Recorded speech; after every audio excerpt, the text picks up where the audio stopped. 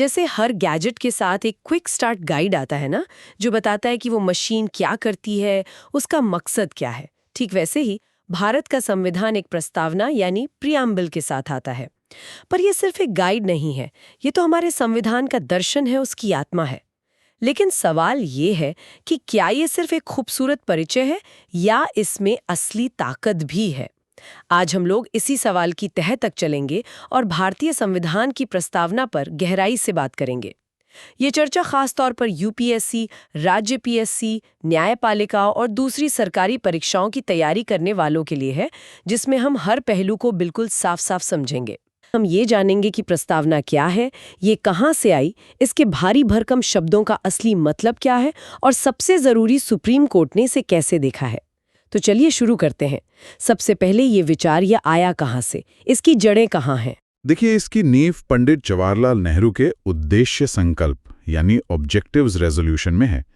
13 दिसंबर 1946 को उन्होंने इसे संविधान सभा के सामने रखा और 22 जनवरी 1947 को इसे बिना किसी विरोध के अपना लिया गया। अच्छा। हाँ, और यही संकल्प थोड़ा बहुत बदलकर हमारे संविधान की प्रस्तावना बना।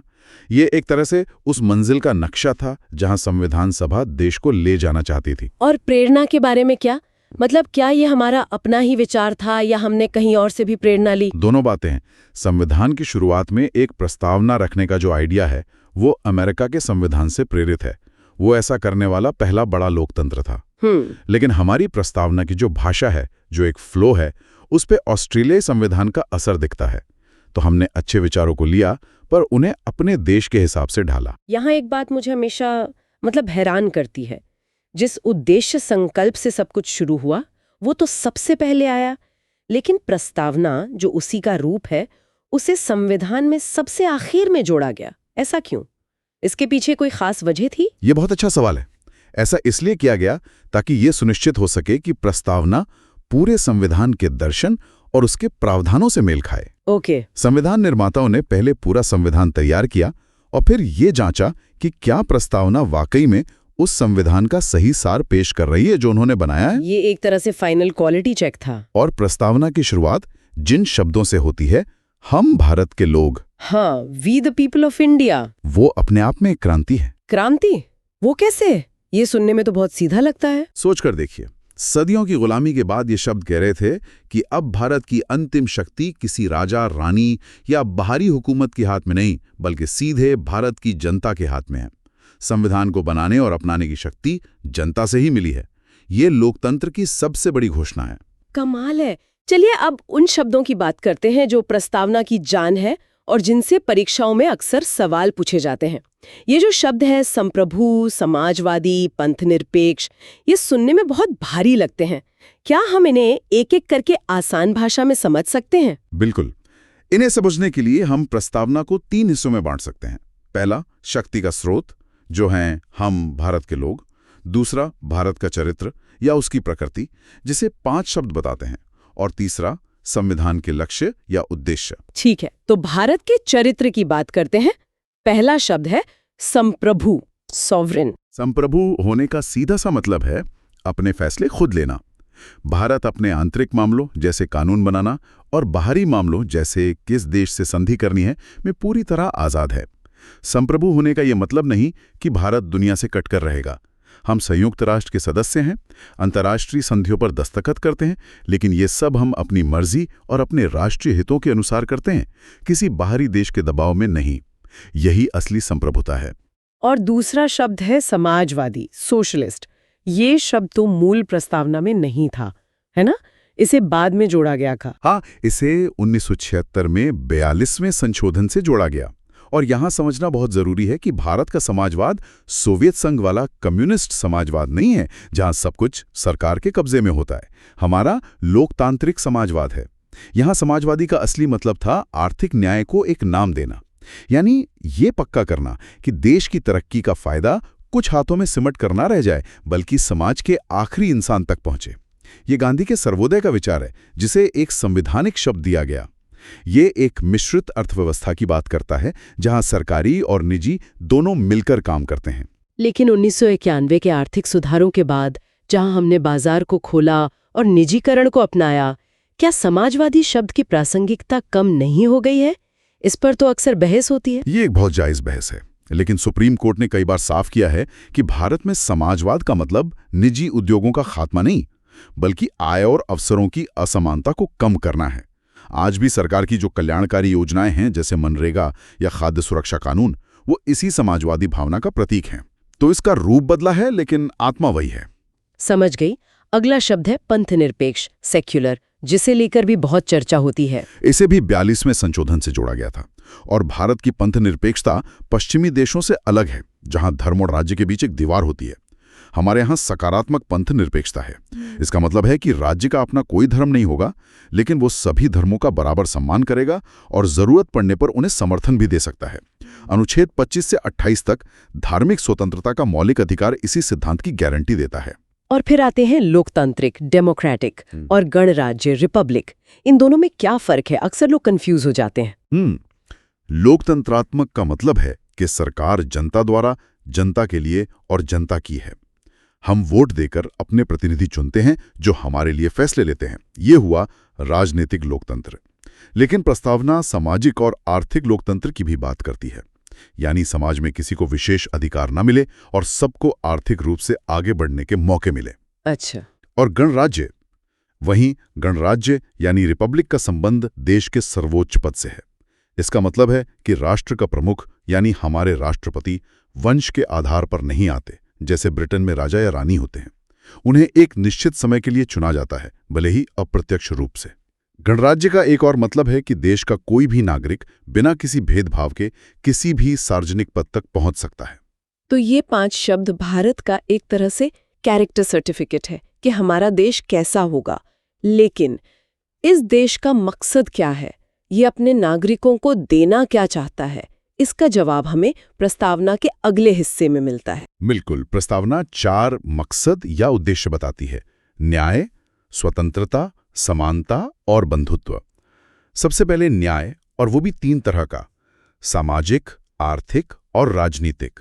सामाजिक न्याय यानी जाति, धर्म, लिंग के आधार पर कोई भेदभाव नहीं।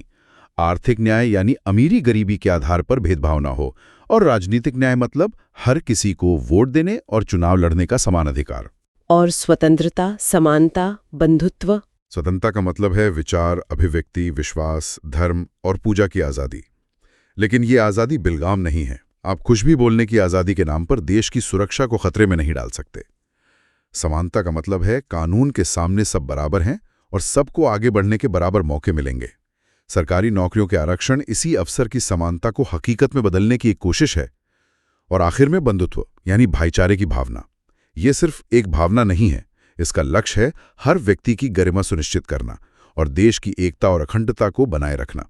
यहाँ अखंडता यानी इंटेग्रिटी शब्द भी 42वें संशोधन से ही जोड़ा गया था। यहाँ मुझे डॉक्टर B.R. अम्बेडकर का एक उद्धरण याद आता है: स्वतंत्रता को समानता से अलग नहीं किया जा सकता, समानता को स्वतंत्रता से अलग नहीं किया जा सकता, और न ही स्वतंत्रता और समानता को बंधुत्व से अलग किया जा सकता है। मतलब ये तीनों एक दूसरे पर टिके हैं, है ना? बिल्कुल। क्या प्रस्तावना संविधान का हिस्सा है? क्या इसे कोर्ट में लागू करवाया जा सकता है? ये कानूनी इतिहास का एक बहुत ही दिलचस्प अध्याय है। शुरुआत में सुप्रीम कोर्ट का मानना था कि ये हिस्सा नहीं है। 1960 के बेरूबारी यूनियन केस में, जो पश्चिम बंगाल के एक छोटे से इलाके को पाकिस्तान को सौंपने से जुड़ा था, कोर्ट ने कहा कि प्रस्तावना संविधान बनाने वालों के मन को समझने की चाबी तो है, पर यह संविधान का हिस्सा नहीं है। तो मतलब इसके आधार पर आप कोर्ट में कोई दावा नहीं कर सकते थे? सही पकड़ा, आप दावा नहीं कर सकते थे। लेकिन फिर सब कुछ बदल गया। 1973 में के ऐतिहासिक केशवानंद भारती केस में सब कुछ बदल गया।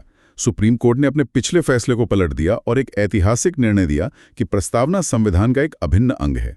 यहीं पर मूल ढांचे, बेसिक स्ट्रक्चर का सिद्धांत भी आया।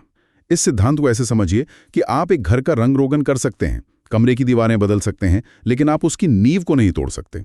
सुप्रीम कोर्ट ने कहा कि संसद संविधान में संशोधन कर सकती है, लेकिन उसकी नींव यानी मूल ढांचे को नहीं बदल सकती, और प्रस्तावना उसी नींव का एक महत्वपूर्ण हिस्सा है। और क्या इसके बाद भी इस पर कोई सवाल उठा? हाँ, 1995 में LIC ऑफ इंडिया केस में सुप्रीम कोर्ट ने एक बार फिर पूरी मजबूती से दोहराया कि प्रस्तावना संविधान का अभिन्न अंग है।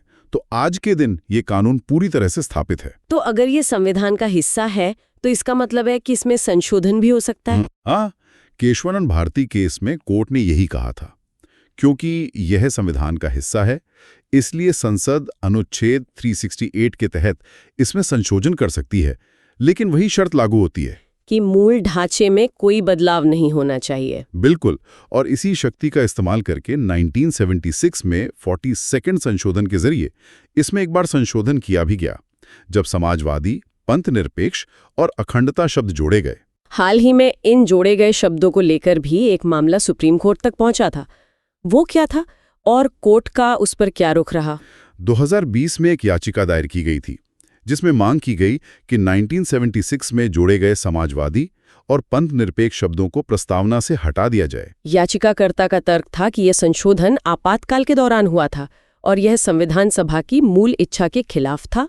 लेकिन आलोचक ये भी तो कहते हैं कि अगर संविधान सभा ने इन शब्दों को जानबूझकर नहीं रखा था, तो क्या 1976 का संशोधन उनकी मूल इच्छा का उल्लंघन नहीं है? ये एक महत्वपूर्ण तर्क है और सुप्रीम कोर्ट ने नवंबर 2024 में इस याचिका को खारिज करते हुए इस पर विस्तार से बात की। कोर्ट ने 4 मुख्य बातें कहीं। 1. संविधान एक जीवंत दस्तावेज है, लिविंग डॉक्यूमेंट है, कोई पत्थर की लकीर नहीं। संसद को समय के साथ इसमें बदलाव करने का अधिकार है। 2. कोर्ट ने कहा कि भारतीय संदर्भ में समाजवाद और पंथ निरपेक्षता का अपना एक विशिष्ट अर्थ है, जैसा हमने अभी चर्चा की। ये किसी विदेशी मॉडल की नकल नहीं है। 3. और ये सबसे महत्वपूर्ण है, कोर्ट ने कहा कि ये सिद्धांत पहले से ही संविधान में मौजूद थे। मौलिक अधिकारों और नीति निर्देशक तत्वों में कल्याणकारी राज्य और धार्मिक समानता की भावना पहले से ही थी। इस संशोधन ने सिर्फ उन्हें नाम दिया, उन्हें स्पष्ट किया। अच्छा। और आखिर में कोर्ट ने कहा कि 44 साल की देरी के बाद इस संशोधन को चुनौती देने का कोई मतलब नहीं है, क्योंकि ये शब्द अब भारतीय संविधान के ताने बाने का हिस्सा बन चुके हैं। तो आज की इस पूरी चर्चा को समेटे तो हम अपने शुरुआती सवाल पर वापस आते हैं। क्या प्रस्तावना सिर्फ एक खूबसूरत पन्ना है या इसमें असली ताकत है? आज की चर्चा से ये साफ है कि इसमें असली ताकत है। ये सीधे तौर पर अदालत में लागू करने योग्य नहीं है। यानी आप ये कहकर कोर्ट नहीं जा सकते कि प्रस्तावना में लिखे बंधुत्व का उल्लंघन हुआ है। लेकिन ये हमारे संविधान का नॉर्थ स्टार है। जब भी किसी कानून या अनुच्छेद के अर्थ को लेकर भ्रम होता है, तो सुप्रीम कोर्ट प्रस्तावना की रोशनी में ही उसका सही मतलब ढूंढता है। ये संविधान की व्याख्या का सबसे बड़ा औजार है। तो ये सिर्फ एक परिचय नहीं, बल्कि पूरे संविधान का सार और उसकी आत्मा है, जो हमें याद दिलाता है कि हमारे राष्ट्र के संस्थापक कैसा भारत बनाना चाहते थे। अंत में हमारे श्रोताओं के लिए एक विचार छोड़ते हैं। संविधान को एक जीवंत दस्तावेज कहा जाता है।